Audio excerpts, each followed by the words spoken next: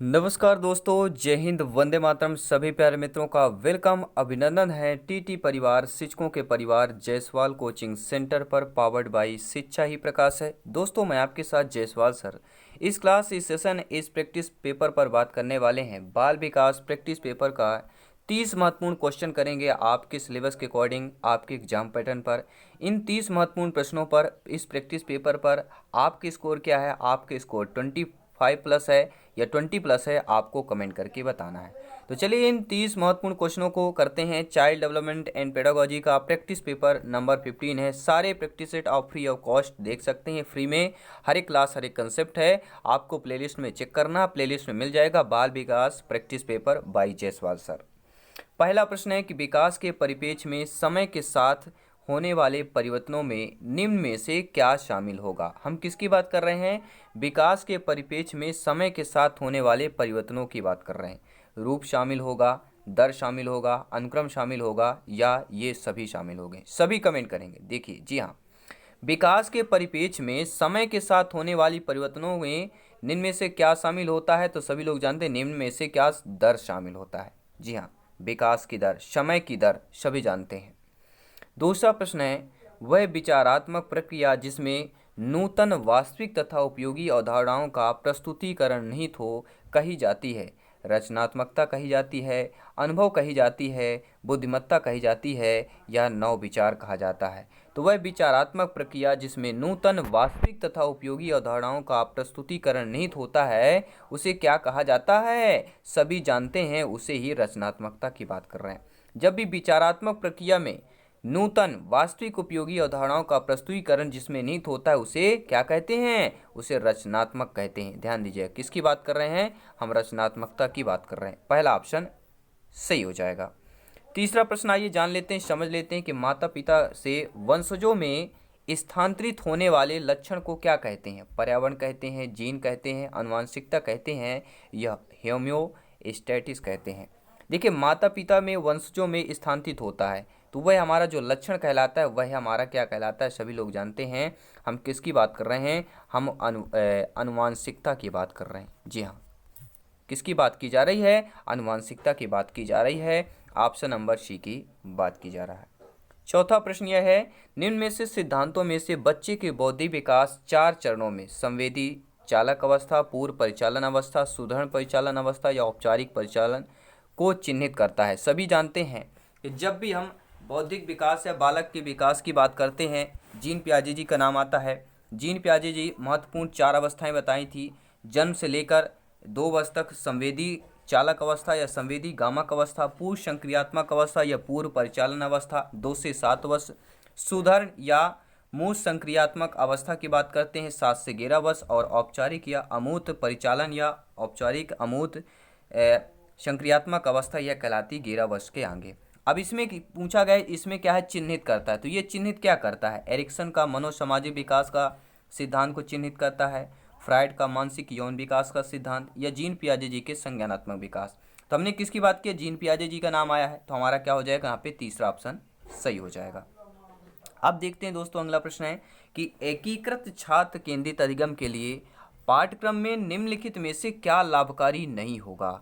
Negative, नकारात्मक प्रश्न समझिएगा, बहुत ही महत्वपूर्ण प्रश्न है कि एकीकृत छात्र केंद्रित अधिगम के लिए पाठ्यक्रम में क्या लाभकारी नहीं होगा। तो इसके लिए जानना जरूरी है लाभकारी क्या होना चाहिए। छात्र का अभिप्रेरण विकास होना चाहिए, सहकर्मी संचार का विकास होना चाहिए, छात्र शिक्षक संबंध का निर्माण, या खोज सक्रिय अधिगम हास की बात कर रहे हैं। देखिए, यहाँ पे नेगेटिव है, लाभकारी नहीं होगा। देखिए, छात्रों का या बालक बालिकाओं का अभिप्रेरण विकास की बात करते हैं तो यह एकीकृत छात्र केंद्रित अधिगम के लिए पाठ्यक्रम में लाभकारी है। सहकर्मी संचार का विकास ये भी लाभकारी है। छात्र शिक्षक संबंध का निर्माण ये भी लाभकारी है। लेकिन खोज सक्रिय अधिगम का हास होना, कमी होना, यह अपने आप में ही लाभकारी नहीं होगा, क्योंकि हास और कमी लाभकारी नहीं हो सकता। ठीक है, लाभ में नहीं आएगा, ये हानि में पहुंच जाएगा। हास यानी हानि, तो ये कहलाएगा हमारा नेगेटिव, नकारात्मक प्रश्न according to question. Right option number 4 option सही हो जाएगा। आई थिंक सभी प्यारे वीडियो को अच्छे तरीके से समझ पा रहे होंगे। हर एक क्वेश्चन है कंसेप्ट को। वीडियो को एक बार दिल से लाइक कर दीजिएगा, सपोर्ट कीजिएगा अपने परिवार टीटी परिवार शिक्षकों को।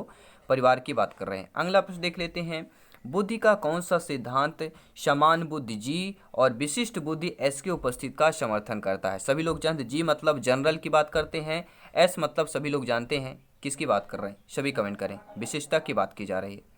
देखिए जनरल और विशिष्ट बुद्धि ये दोनों जो है उपस्थित किसका समर्थन करते हैं? नियम प्रतिकूल सिद्धांत का समर्थन करते हैं। ठीक है, गिलफोर्ड के बुद्धि का सिद्धांत है, तो बुद्धि का सिद्धांत गिलफोर्ड महोदय का आपने पढ़ा होगा। स्पेयरमैन का विखंड का सिद्धांत प्रश्न आता है बहुत बार कि विखंड का सिद्धांत या विखंडन का सिद्धांत किसका है, तो आपकी स्पेयरमैन का है। ठीक है, वर्नोन का पदानुक्रमिक सिद्धांत किसका है, तो आपका वर्नोन की बात करते हैं। लेकिन क्वेश्चन जो पूछा गया है कि बुद्धि का कौन सा सिद्धांत जी और एस की उपस्थित का समर्थन करता है, तो वह आपका स्पेयरमैन का विखंड सिद्धांत की बात कर रहे हैं।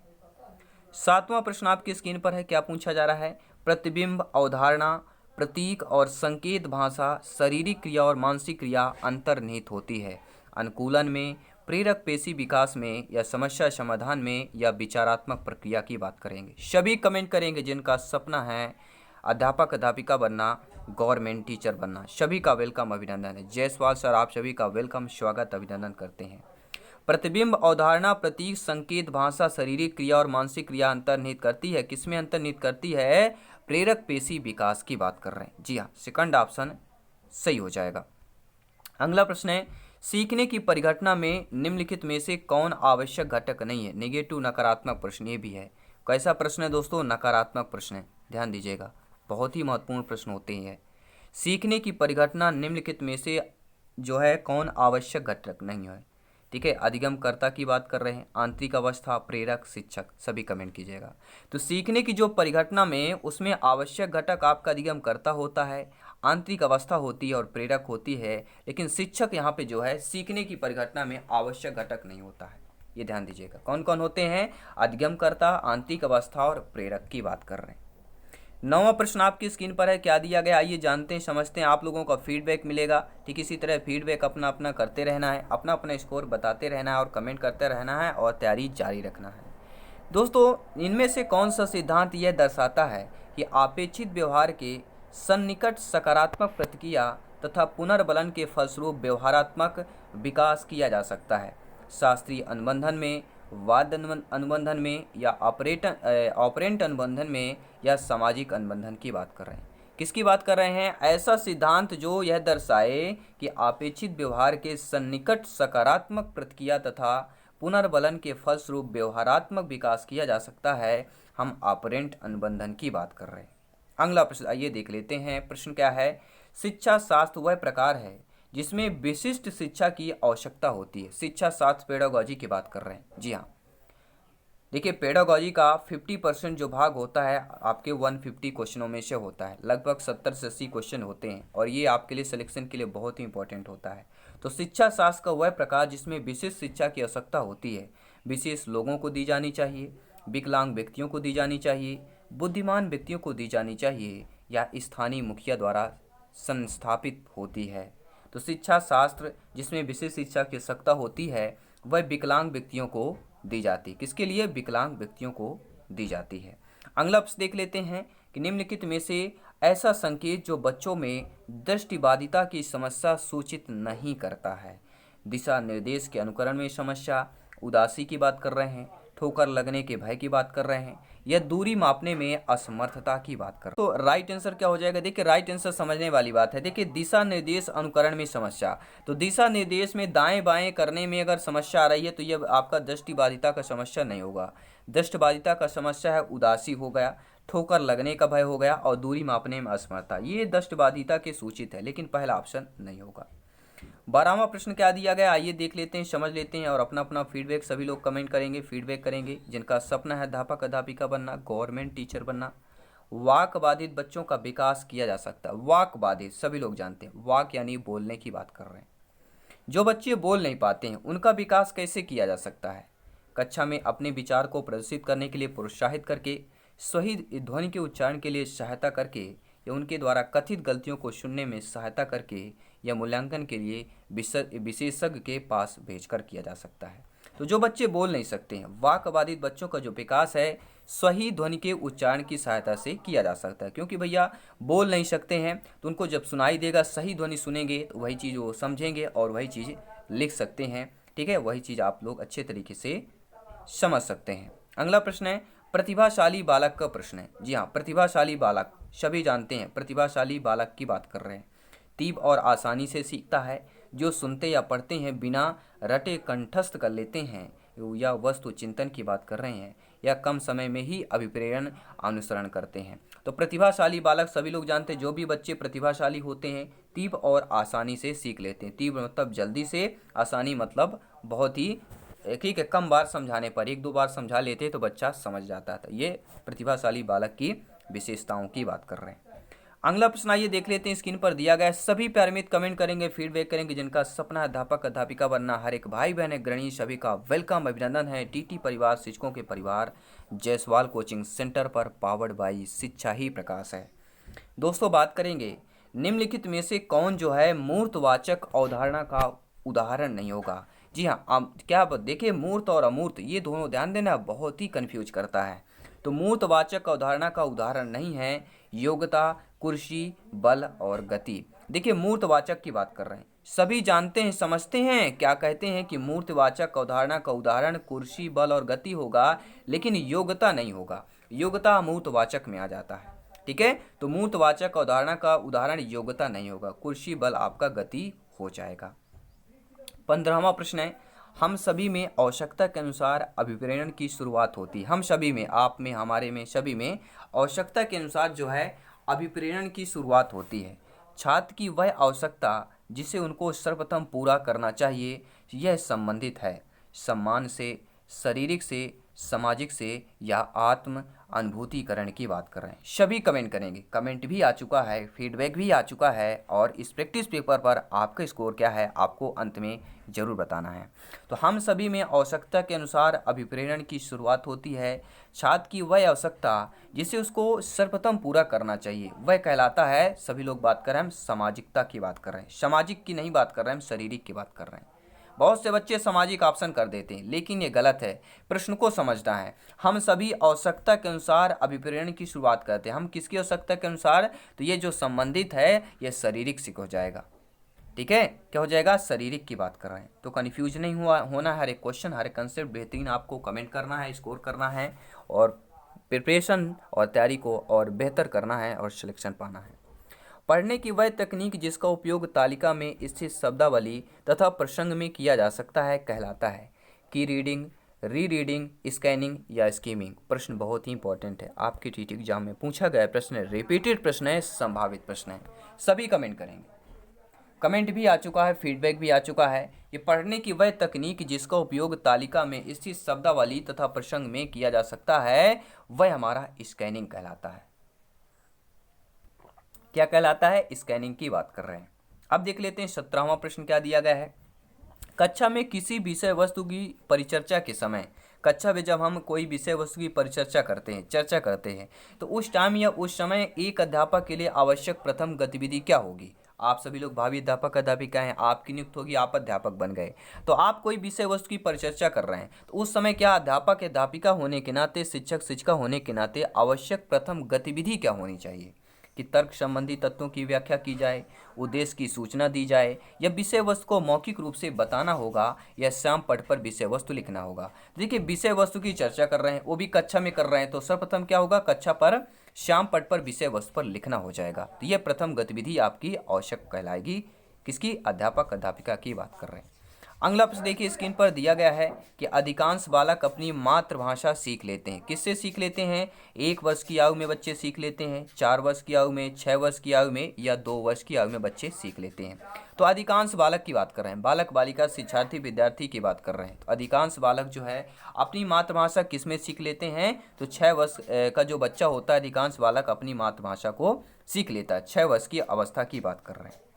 अगला प्रश्न दिया गया है कि 6 से 11 वर्ष की आयु के वर्ग में जो छात्रों की आवश्यकता क्या होती है, कि कक्षा कक्ष में प्रजातांत्रिक वातावरण की आवश्यकता होती है, सीखने में स्वायत्तता की, या क्रिया आधारित अंत्यक्रिया अधिगम की, या उपरोक्त सभी की बात कर रहे हैं।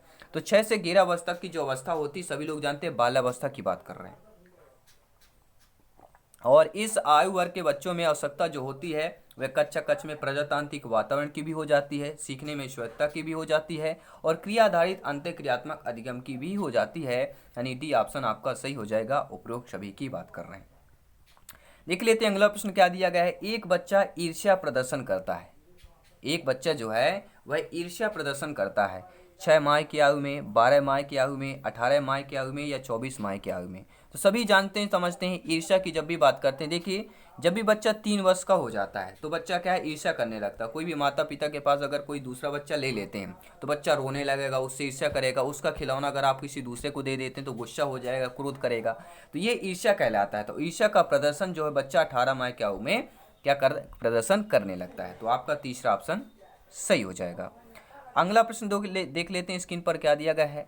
बालक विविध प्रकार से सीखते हैं। बालक जो होते हैं वे विविध प्रकार से सीखते हैं और ये विविध प्रकार मतलब शिक्षक के भाषण द्वारा विविध प्रकार से सीखते हैं, या प्रयोग द्वारा, विवेचन द्वारा, प्रश्न पूछकर, या क्रिया करके, चिंतन करके, या कह सकते हैं शिक्षक द्वारा निर्देशित निरंतर पाठ पुस्तक आधारित शिक्षण द्वारा, या इनमें से कोई नहीं। सभी कमेंट करेंगे। देखिए, बालक विविध प्रकार, देखिए क्वेश्चन में ही आपका आंसर दिया गया है। विविध प्रकार मतलब प्रयोग द्वारा भी, विवेचन द्वारा, प्रश्न पूछकर, क्रिया करके, चिंतन करके। तो आपका यहाँ पर दूसरा ऑप्शन सही हो जाएगा।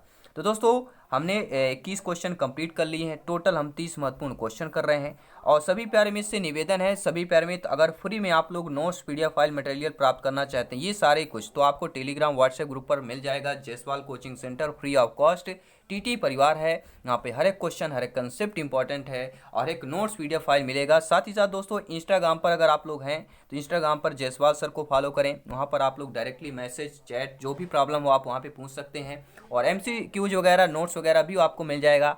और अगर आप फेसबुक पेज पर अभी तक हमारे फॉलो नहीं किया है तो Jaiswal coaching centre Facebook page पर भी जरूर फॉलो कीजिएगा। ठीक है, अब देख लेते हैं प्रश्न क्या पूछा गया है कि 6 वर्ष से 11 वर्ष की आयु के वर्ग में बच्चों कह सकते हैं या बालकों की विशेषताएं क्या होती है।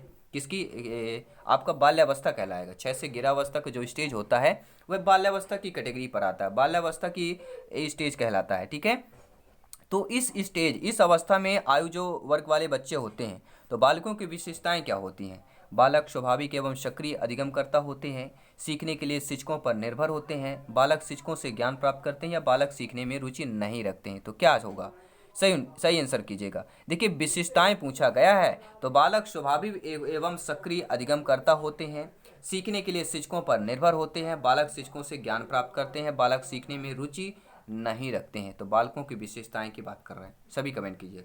तो बालक स्वाभाविक एवं सक्रिय अधिगम होते हैं, यहाँ पे बहुत सारा कंफ्यूज होता है। ठीक है, तो आपका राइट ऑप्शन क्या होगा, सभी कमेंट करें। ये आपके लिए होमवर्क में दे रहे हैं, ये आज का क्वेश्चन है, होमवर्क में है। सभी कमेंट करेंगे इसका आंसर क्या होगा। चलिए हम देख लेते हैं अगला प्रश्न क्या दिया गया है। सृजनशील बालक में कौन सा कथन सत्य नहीं है। नेगेटिव, नकारात्मक प्रश्न। प्रश्न क्या है, सृजनशील बालक के बारे में दिया गया है। तो सृजनशील बालक में बताना कौन सा कथन सत्य नहीं होगा। सृजनशील बालक जिज्ञासु होते हैं, सृजनशील बालक साहसी नहीं होता, सृजनशील बालक बहिर्मुखी होता है, सृजनशील बालक महत्वाकांक्षी। कि देखिए, कथन सत्य नहीं है तो दूसरा कथन दिया गया, सृजनशील बालक साहसी नहीं होता। जब बालक सृजनशील है तो साहसी होगा ही होगा। तो दूसरा ऑप्शन सही हो जाएगा। देखिए, अगला प्रश्न दिया गया है कि नवीन ज्ञान की प्राप्त होती है। नवीन ज्ञान मतलब नया ज्ञान, हमें कुछ नहीं पता है, कोई अगर हमें सिखा जाता है, बच्चे जो होते हैं नवीन ज्ञान उनको प्राप्त करते हैं। ठीक है, क्योंकि बच्चे कोरे होते हैं। ठीक है, जब आप शिक्षक के पास जाते हैं, विद्यालय जाते हैं तो उनके पास जो ज्ञान होता है, माता पिता से जो भी मिलता है, सांसारिक ज्ञान थोड़ा बहुत मिल जाता है। लेकिन नवीन ज्ञान जो बच्चा सीखता है जब विद्यालय में प्रथम बार जाता है, यानी उसकी नवीन ज्ञान की प्राप्ति जो है ज्ञान स्थानांतरण के द्वारा होती है, रटने के द्वारा होती है, या अनुभव द्वारा, नवीन अर्थ ढूंढने के द्वारा, या इनमें से कोई नहीं। देखिए, सभी कमेंट करेंगे, सभी कमेंट करेंगे। तो नवीन ज्ञान की प्राप्ति देखिए, ना तो ज्ञान के स्थानांतरण के द्वारा, रटने के द्वारा, अनुभव, अमोद, अंतन के द्वारा की बात कर रहे हैं। तो यहाँ पे इनमें से कोई नहीं होगा क्योंकि आपका ऑप्शन ही ऐसा नहीं दिया गया है। तो आपका सही हो जाएगा। अब देख लेते हैं अगला प्रश्न क्या दिया गया है कि शिक्षण एक प्रक्रिया है। शिक्षक द्वारा अधिगमकर्ता को ज्ञान के स्थानांतरण की, अधिगम को निर्देशित करने की, अन्वेषण देने की, या शिक्षण अधिगम का सरलीकरण करने की बात कर रहे हैं। तो शिक्षण प्रक्रिया क्या है, तो शिक्षण प्रक्रिया शिक्षण अधिगम का सरलीकरण करने की एक प्रक्रिया कहलाती है। 26वां प्रश्न क्या कह रहा है, ये जान लेते हैं कि बच्चे का सामाजिक विकास वास्तव में प्रारंभ होता है विद्यालय में पूर्व अवस्था में, शैशवावस्था में, पूर्व बाल्यावस्था में, या उत्तर बाल्यावस्था में। तो बच्चे की बात कर रहे हैं। बच्चे का जो सामाजिक विकास है दोस्तों वास्तव में प्रारंभ होता है, शुरुआत कहाँ से होता है? तो बच्चे का जो सामाजिक विकास, देखिए बच्चा जब समाज में कब आता है, देखिए शैशवावस्था में तो बच्चा घर परिवार में रहता है, समाज से मिलने आता है कब? बच्चा जब बच्चा बाहर निकलता है घर से, ठीक है, वह बच्चा कब निकलता है? उत्तर बाल्यावस्था की बात कर रहे हैं, ठीक है। तो आपका फोर्थ ऑप्शन सही हो जाएगा। अगला प्रश्न क्या दिया गया है कि प्राथमिक कक्षा के बालकों के लिए शिक्षण की उपयुक्त विधि कौन सी होगी? प्रयास और भूल की विधि, अनुकरण की विधि, व्याख्यान विधि, खेल विधि। देखिए प्राथमिक कक्षा की अगर जब भी नाम आया उसमें जब शिक्षण विधि पूछा जाए तो आपको एक ही ऑप्शन करना, वह करना है खेल विधि की न बात करके हम किसकी बात कर रहे हैं? सभी कमेंट करें, ठीक है, कमेंट करें, फीडबैक करेंगे क्या होगा राइट आंसर। प्राथमिक कक्षा के बालकों के लिए, जी हाँ किसकी बात करें? प्राथमिक कक्षा के बालकों के लिए शिक्षण की उपयुक्त विधि क्या करना है? सभी कमेंट करेंगे। अनुकरण द्वारा, देखिए हम बात करें बच्चा क्या करता है? अनुकरण करता है। खेल विधि मानते हैं लेकिन उपयुक्त विधि अगर पूछा जाए तो बच्चा अनुकरण करता है। देखिए आप स्वयं जब आप पढ़ाएंगे तो बच्चा आपका अनुकरण करता है। अगर आप का बोलते हैं तो बच्चा का बोलेगा, अगर आप खा बोलते हैं तो बच्चा खा बोलेगा, यानी आपका अनुकरण कर रहा है। तो प्राथमिक कक्षा में बालकों के लिए जो शिक्षण विधि उपयुक्त विधि होती है वह अनुकरण विधि होती है। जो आप बोलेंगे वही बच्चा बोलता है। यहाँ पर दूसरा ऑप्शन क्या हो जाएगा? सही हो जाएगा। भारतवर्ष में दोस्तों प्राइमरी शिक्षा निम्नलिखित पर बल देती है। जो हमारा देश है भारतवर्ष, इसमें प्राइमरी शिक्षा जो है किस पर बल देती है?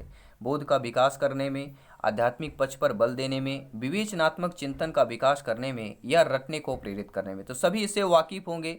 क्या वाकिफ होंगे कि भारतवर्ष में जो है माने हमारे देश में प्राइमरी शिक्षा जो होती है वह बोध का विकास करने पर बल देती है। 29वां प्रश्न है, 2-3 प्रश्न और बचे, इनको भी कंप्लीट करते हैं और अपना इस प्रैक्टिस पेपर को कंप्लीट कर लेते हैं। शिक्षण और अधिक प्रभावी हो सकता है, जो शिक्षण प्रक्रिया है यह अधिक और प्रभावी हो सकता है यदि छात्रों को स्वयं कार्य करने की स्वायत्तता दी जाए, छात्र अधिगम शिक्षक द्वारा निर्देशित एवं नियंत्रित हो, या शिक्षक तथ्यों की व्याख्या करने में केंद्रीय भूमिका निभाएं, या शिक्षक अधिगम को निर्देशित करें। तो शिक्षण अधिगम और प्रभावी हो सकता है, कब हो सकता है? यदि छात्रों को स्वयं करने की स्वायत्तता दे दी जाए। छात्र स्वयं कार्य करें तो उनको अनुभव होगा, कॉन्फिडेंस होगा, तो ये क्या होता है? शिक्षण अधिगम और प्रभावी इससे बनता है। तो पहला ऑप्शन सही हो जाएगा। अब देख लेते हैं इस प्रैक्टिस पेपर का 30वां प्रश्न क्या दिया गया है कि अधिगम एक प्रविधि है, तथ्यों को याद करने की है, पाठ्य पुस्तक में दिए गए विषयों को याद करने की है, या अनुभव द्वारा अर्थ निर्माण करने की है, या परीक्षा की तैयारी की बात कर रहे हैं। तो अधिगम एक प्रविधि है, तो अधिगम एक प्रविधि किसकी हो जाएगी? सभी जानते हैं अधिगम एक अनुभव द्वारा अर्थ निर्माण करने की प्रविधि कहलाएगी। अधिगम क्या है? अधिगम एक अनुभव द्वारा अर्थ निर्माण करने की प्रविधि कहलाएगी। तो दोस्तों ये रहे 30 महत्वपूर्ण प्रश्नों की बात करेंगे। बाल विकास प्रैक्टिस पेपर नंबर, ये 15वां प्रैक्टिस पेपर था और इसके पिछले प्रैक्टिस पेपर आपने अटेंड नहीं किया है तो आपको चैनल को विजिट करना है, सब्सक्राइब करना है, और आपको एक प्लेलिस्ट मिलेगा बाल विकास practice paper by Jaiswal sir. वहाँ पे आपको प्लेलिस्ट मिलेगा, सारी क्लासेज आप फ्री ऑफ कॉस्ट फ्री में देख सकते हैं, क्योंकि ये राष्ट्र हित में शिक्षा की बात करते हैं। ठीक है, तो चलिए दोस्तों जल्दी मिलेंगे नेक्स्ट क्लास, नेक्स्ट कंसेप्ट पर, नेक्स्ट सेशन पर मिलेंगे, next model paper, next practice paper पर मिलेंगे। सभी मित्रों को जय हिंद, वंदे मातरम, धन्यवाद सभी का।